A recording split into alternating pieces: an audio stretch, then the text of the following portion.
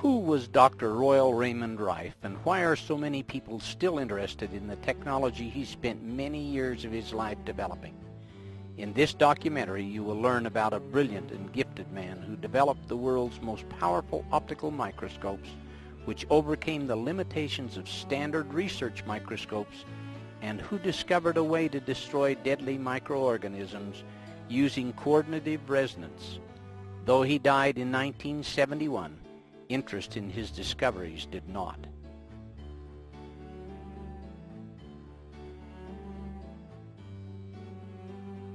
Royal Raymond Rife was a handsome and gifted young man. He had an inquisitive mind and explored many interests. He was born May 16, 1888, in the state of Nebraska, to Royal Raymond Rife Sr. of Ohio and Ida Mae Cheney of Creston, Iowa. Dr. Rife was their second child, an older sibling having died in infancy. Ida Mae died, as so many young mothers did, about 8 months after his birth. After her death, because Rife Sr. was working 14 to 16-hour days as a mechanical engineer, he took his son to his sister, Nina Culver Rife Dryden. She said about this difficult situation, "I raised him and brought him up as though he was my own. He lived with her from the time he was 8 months of age until the year 1905. At this time he had an interest in becoming a medical doctor and pursued this dream. He went to Johns Hopkins University to begin his medical training, and after some study, he found that he had a greater interest in the field of bacteriology. In bacteriology, he did a great deal of work which included photographing many specimens for the University of Heidelberg. Because of the great contributions Rife made to Heidelberg University, he was given an honorary doctorate of parasitology in 1914. Because his studies of bacteria required intensive use of microscopes, Dr. Rife developed an interest in optics and began studying in that field as well. This interest led him to New York's Zeiss Works. Zeiss microscopes were world-renowned even at that time, and Dr. Rife studied from 1904 to 1908 with Hans Lückel, the senior optics engineer. In 1846, Carl Zeiss set up a workshop for precision mechanics and optics in Jena, Germany. 20 years later, he went into partnership with Ernst Abbe, whose theory of microscope image formation led to greatly improved microscopes. These innovations made Zeiss a world leader in optics and made it the logical place for Dr. Rife to study microscope and lens technology. With his scientific brilliance and knowledge of optics and bacteriology, Dr. Rife was poised to begin an incredible journey of discovery. This journey began with his move to California, where he settled in Point Loma. Somewhere around 1912, Dr. Rife met and married his wife, Mamie Quinn. She was a wonderful wife who fully supported him in all his endeavors.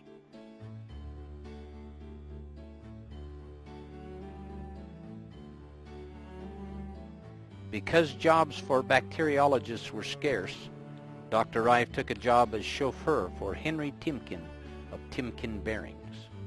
As his chauffeur, Dr. Rife became good friends with Henry Timken, and Timken became very impressed with Rife's knowledge. Dr. Rife had also become an accomplished machinist, and Henry Timken had a great love of racing boats. So he had Rife build the motor for his newest boat named the Kitty Hawk. This boat was built to compete in open sea endurance races of 100 miles. The motor Dr. Rife machined produced 2,700 horsepower, which was amazing for 1915. The boat went on to win the race, sustaining 87 miles an hour for 100 miles.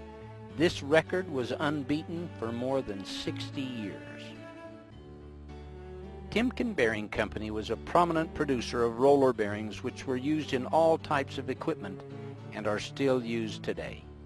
At about this same time, the company was losing a great deal of money because of defective steel, which was causing their bearings to fail.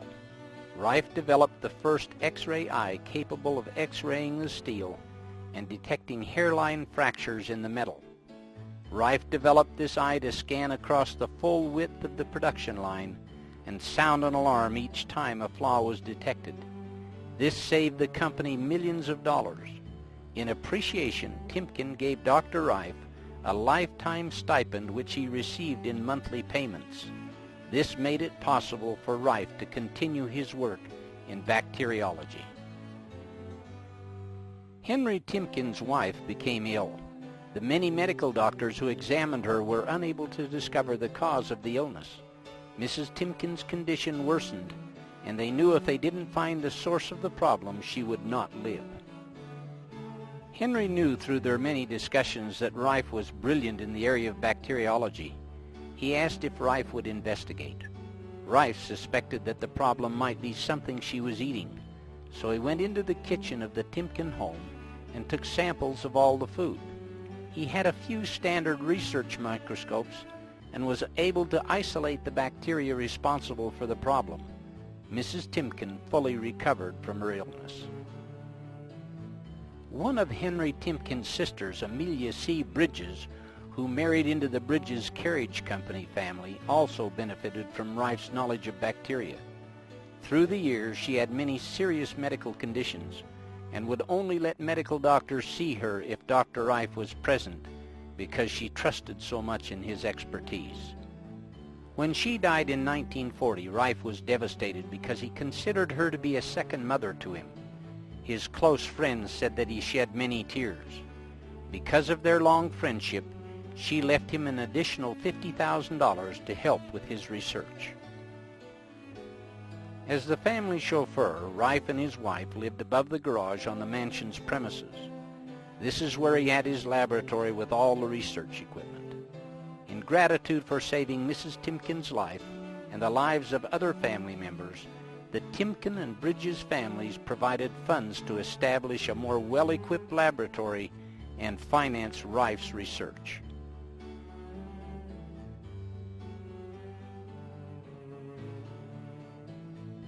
From 1915 to 1920, Rife worked in his private lab identifying and classifying disease-causing microorganisms. By the end of 1916, he was frustrated with the standard research microscope because of the limitations in magnification. Standard research microscopes at that time, like the ones today, could only magnify a microorganism up to 2,500 times diameter. Dr. Rife felt that with this limitation, he would never be able to find the true cause of many diseases. Rife began his work using frequency instruments in 1921. He told a reporter in a May 6, 1938 Evening Tribune article that he also experimented with electrical stimuli on the various microorganisms, and he noticed the individualistic differences in the chemical constituents of disease organisms, saw the indication of electrical characteristics, and observed electrical polarities in the organisms. Random speculation on the observation suddenly stirred in his mind a startling, astonishing thought. What would happen if I subjected these organisms to different electrical frequencies, he wondered. With this revolutionary thought, he began to gather all the necessary instruments such as microscopes, frequency generators, tubes, and bacteriological equipment, cages for guinea pigs, cameras, and machinery to build his own designs. Lee DeForest, the father of modern vacuum tubes, who was an important contributor to early radio technology, helped to build many of Rife's early frequency instruments. Rife found through arduous experimentation, looking through the microscope as he applied various frequencies, that he was able to kill these microorganisms, proving his theory to be correct. In order to determine which frequencies would kill a particular organism, it was absolutely essential that he be able to see the organism in a living state so that he could observe the effect of various frequencies. Dead microorganisms would show no effect. Rife later called the frequency which killed an organism its MOR, or mortal oscillatory rate.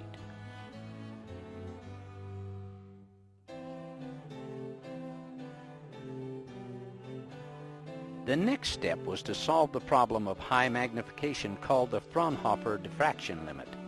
This theory was that no microorganisms smaller than half a wavelength of light could be seen through a microscope.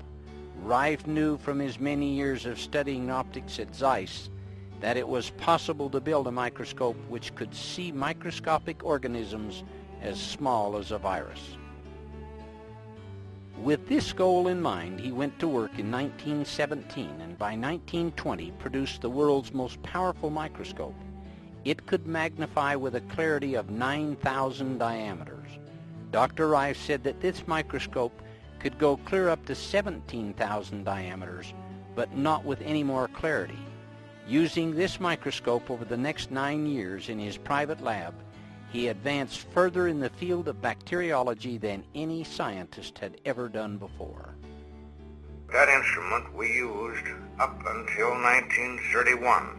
It was a lens microscope, and all of the air was excluded from the body and replaced with glycerin. The lenses were homogeneous with glycerin all the way through the whole thing, and the result was that in allowing the rays to separate and not cross in the interference band of reflection, such as they do in the ordinary standard tube of the regular research microscope, we held them apart, we separated them, and then brought them back together and picked them up again at a needle point. But, as I say, the resolution of this instrument beyond about anywhere from 9 to 10,000 times dropped off decidedly rapidly. We could go up on some occasions, on some preparations, up to 17,000 times, but we didn't consider the resolution anything out of the ordinary beyond about 8 or 9 or 10,000 times, depending entirely upon the specimen we were examining. Through the 1920s, Dr. Rife isolated many different organisms and was working on tuberculosis. He was successful in killing the rod form with his frequency instrument.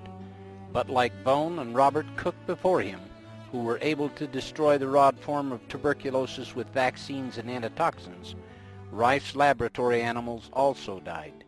This caused Rife to believe that there was an additional virus that was released when the rod form of the bacteria was killed. In his continual search for a way to see viruses, Dr. Rife theorized that many microorganisms were not able to be seen because they were smaller than the molecules of the existing acid or aniline dye stains. Throughout his work, Rife had noticed that every living thing is made up of chemicals and has its own unique chemical constituency. In his lab, he had been using a spectrographic microscope that could identify the chemicals in an organism by the color refraction index. Knowing that each chemical, when illuminated, gave off a specific color of light, he conceived the idea of staining the virus with light. This dispensed with the need for staining specimens and made it possible to use a frequency of light to coordinate with the chemical constituents of the particle or microorganism under observation. He developed and patented a 2,000 candle power lamp which provided the necessary light. This lamp, when used with the Risley prisms, made it possible to separate the specific frequencies of light. In an article in the June 1931 Popular Science magazine, the method of lighting was explained. An electric light of 2,000 candle power falls upon the center of this microscopic movie studio, a tiny spot on the thin slab of transparent quartz that bears the germs. Above it, 16 of the finest quartz lenses obtainable, immersed in glycerin, magnify the dimensions of each germ 12,000 times. Designed by Rife himself, this apparatus is one of the most powerful microscopes in the world. Its magnification compares with the 2,000 diameter enlargement of microscopes commonly used in research laboratories and in medical examinations. The November 21, 1931 LA Times had an article also explaining Dr. Rife's use of light. Due to the fact that images are borne to the eye by light waves measuring about 1/51,000th of an inch in length, it has been supposed that no object considerably less than that in length would be seen by the human eye. By the use of quartz prisms, It is understood that Dr. Rife has broken up the light waves, making it possible to bring impossibly small objects to view. Through the new microscope, according to estimates, an object measuring 1/100,000th of an inch in diameter would be magnified to appear 1/6 of an inch in diameter. Another California newspaper article dated December 12, 1931, entitled "Newest Microscope Will Trail Unknown Germs to Their Lairs," says, Dr. Rife said that parts for his microscope were made in many parts of the world. He said he used quartz glass entirely because it allows from 48 to 50% more light than other kinds of glass. He said he uses a 2,000 candle power illumination unit with the instrument. The beam of the light is cold, he said, and he has had a living specimen under it for 5 or 6 hours without evaporation from heat. With this new capability of staining microorganisms with a frequency of light that coordinated with their chemical constituents, Rife was able to see the virus form of tuberculosis which was released when the rod form was destroyed. He was then able to find the frequency which would kill the virus. For instance, our tubercular work. I worked a great deal on that. I isolated a virus from tuberculosis, which I consider is what was heretofore known as the so-called poison molecular bomb in front of Ann Arbor here 34 years ago, isolated. He didn't isolate the organism, but he isolated a chemical particle. So, some of our known work go back to the time of Koch when he originally isolated the virus of tuberculosis. He produces vaccines and antitoxins that would kill the bacillus of tuberculosis, but it would kill the patient simply because with any known method or means that you release from this tubercle bacillus, this virus or this so-called poison molecular bomb, it reacts upon the dead body of the rod and produces toxemia and death. 100% in your experimental animals and your patients also. But we find an electronic frequency that we was experimenting at that time with our device where we kill these different bacteria by this electronic frequency. We found the frequency of the virus. We found the frequency of the rod, which we had for years, of course. But if we use the two of them simultaneously over the same carrier wave, the patient gets well, and the guinea pig gets well. But if you use one or either individually, you either kill the patient or you don't do nothing.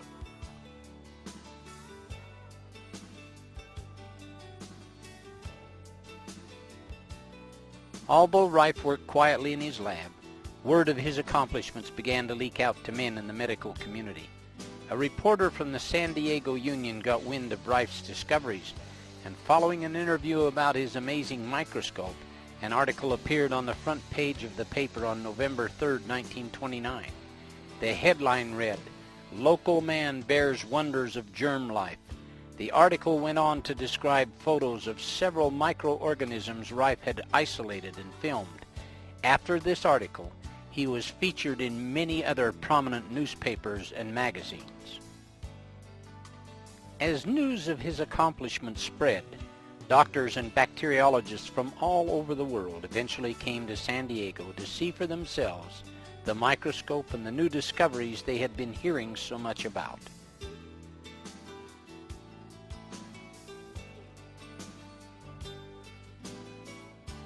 In late 1931, news of Rife's microscope had reached Dr. Arthur Isaac Kendall, professor of research bacteriology in the Northwestern University Medical School at Chicago. He contacted his friend, Dr. Milbank Johnson of Los Angeles, and asked if such a microscope existed.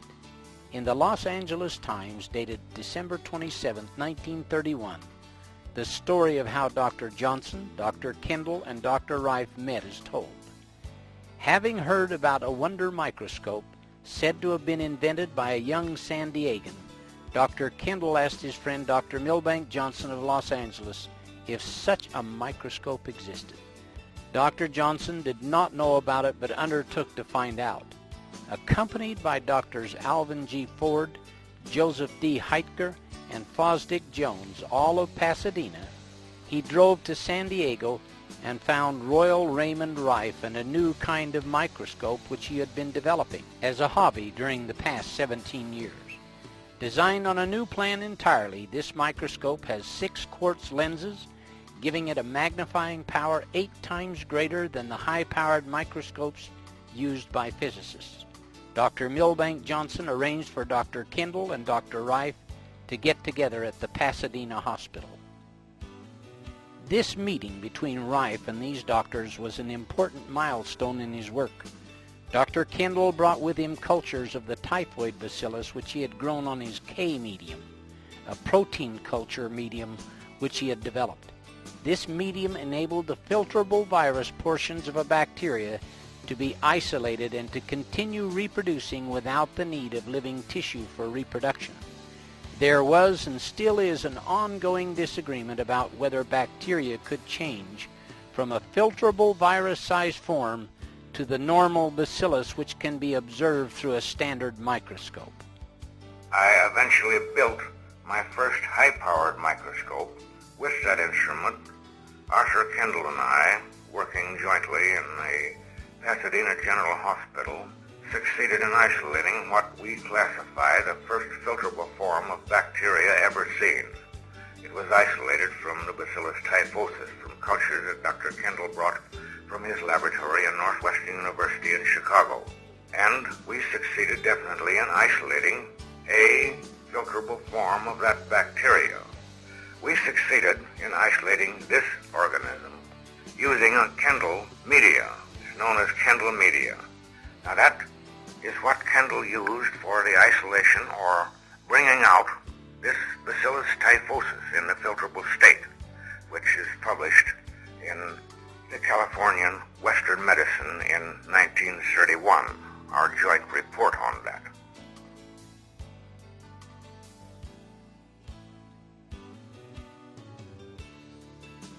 In an article in the Science Newsletter of December 12, 1931, it states, "The material used by Dr. Kendall was a culture of the typhoid bacillus, ordinarily a fairly large germ, easily visible under the higher-powered lenses of a compound microscope. By feeding it on his recently evolved K-medium, which apparently has the power of causing all visible bacteria to pass over into an invisible, filterable phase, Dr. Kendall induced the bacilli in his cultures to go through this change. Under the highest power of the ordinary microscope, he could see nothing moving in the fluid except a swarm of rather active little granules that were visible only as tiny motile points. Examined with the Rife microscope, however, these points became plainly visible as small, oval, actively moving bodies, turquoise blue in color. These appeared in all the cultures and could be transferred from one culture to another through the fine pored filters. So Dr. Kendall considers them to be the actual filterable forms of the typhoid bacillus." Using Rife's microscope and Kendall's medium, the doctors were able to observe 3 stages of the development of the typhoid bacillus. This experiment showed that viruses and bacteria were capable of mutating or changing their form, a fact understood today, but one which generated much controversy then. At a later date, they found the MOR frequency to kill the typhoid. From this point on, Rife's microscope